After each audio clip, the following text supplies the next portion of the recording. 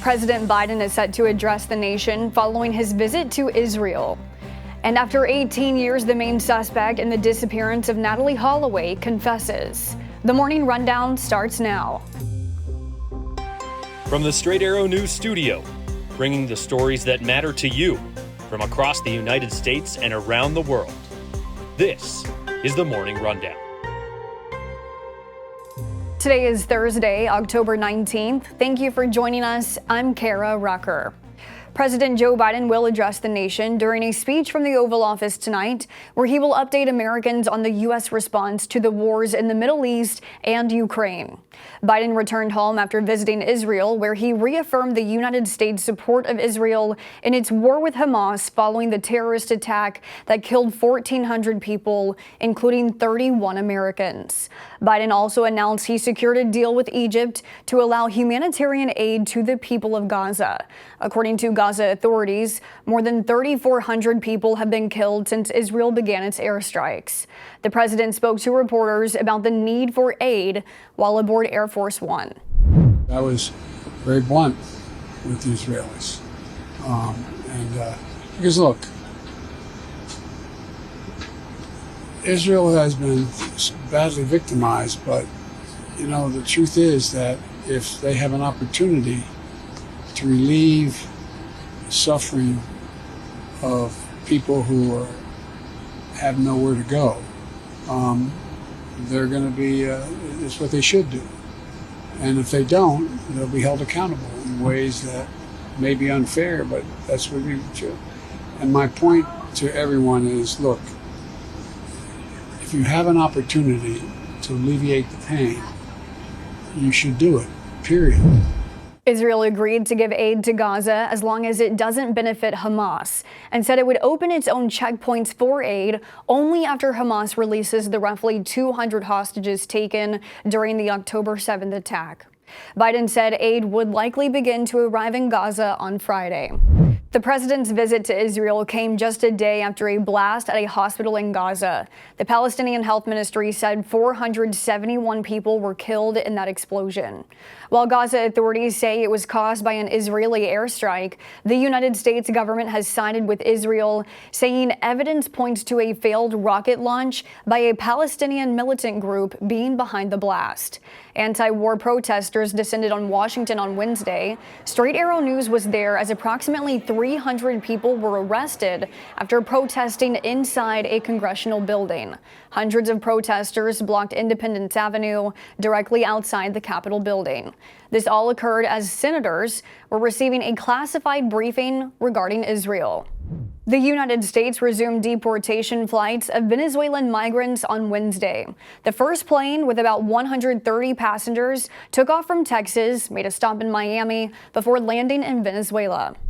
This is the first time in years that U.S. immigration authorities are deporting migrants to Venezuela as the Biden administration searches for solutions to the growing number of people seeking asylum in the United States. An official with ICE said the passengers prioritized for the first flight included migrants who recently arrived in the country and those who have committed crimes in the U.S. Border Patrol said all the passengers had entered the U.S. illegally. The U.S. plans to have multiple deportation flights per week to Venezuela. Joran Vandersloot, the chief suspect in the 2005 disappearance of American teenager Natalee Holloway, has admitted to her mother he was responsible for Natalee's death. Vandersloot made the confession in an Alabama courtroom Wednesday, where he pleaded guilty to federal extortion and wire fraud charges. The confession was part of a plea deal in which Vandersloot agreed to provide additional information to Natalee's mother, Beth Holloway, about her daughter's disappearance. Today, I can tell you with certainty that after 18 years, Natalee's case is solved. As far as I'm concerned, it's over. It's over. Joran Vandersloot is no longer the suspect in my daughter's murder. He is the killer. Vandersloot was charged with extorting hundreds of thousands of dollars from Natalee Holloway's family in exchange for information following her disappearance. Last June, Vandersloot was extradited to the U.S. from Peru, where he was serving a 28-year sentence in the 2010 murder of a 21-year-old college student.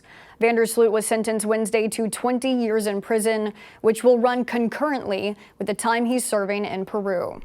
House Judiciary Chairman Jim Jordan is hoping the third time is the charm, as he intends to hold another vote on the House floor today to become the next Speaker.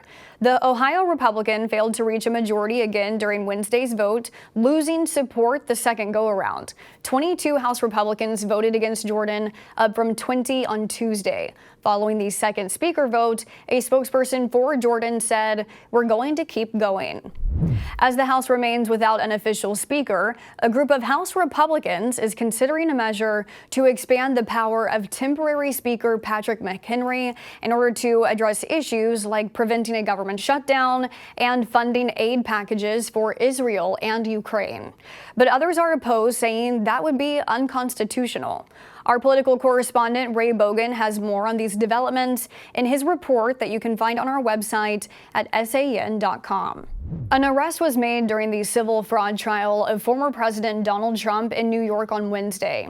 A woman was taken into custody after trying to approach the former president, who was attending the trial for the second time this week. She was quoted as saying, "I want to speak to Mr. Trump."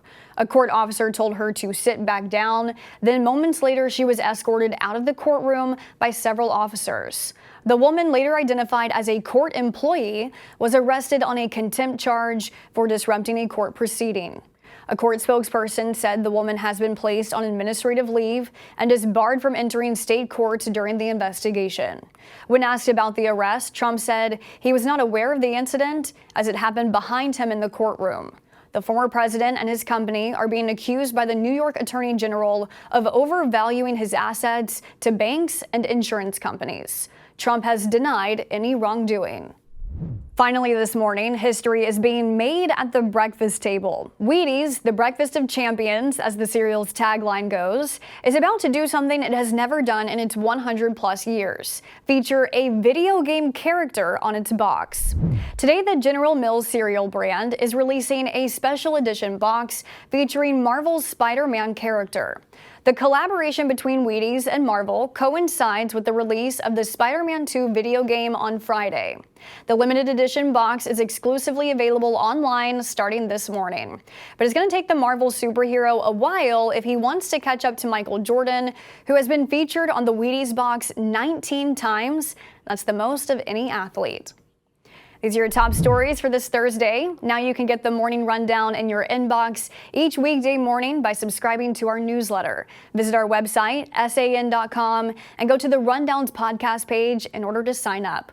Unbiased, straight facts, that's Straight Arrow News. We'll see you back here tomorrow. Until then, I'm Kara Rucker. Have a great day.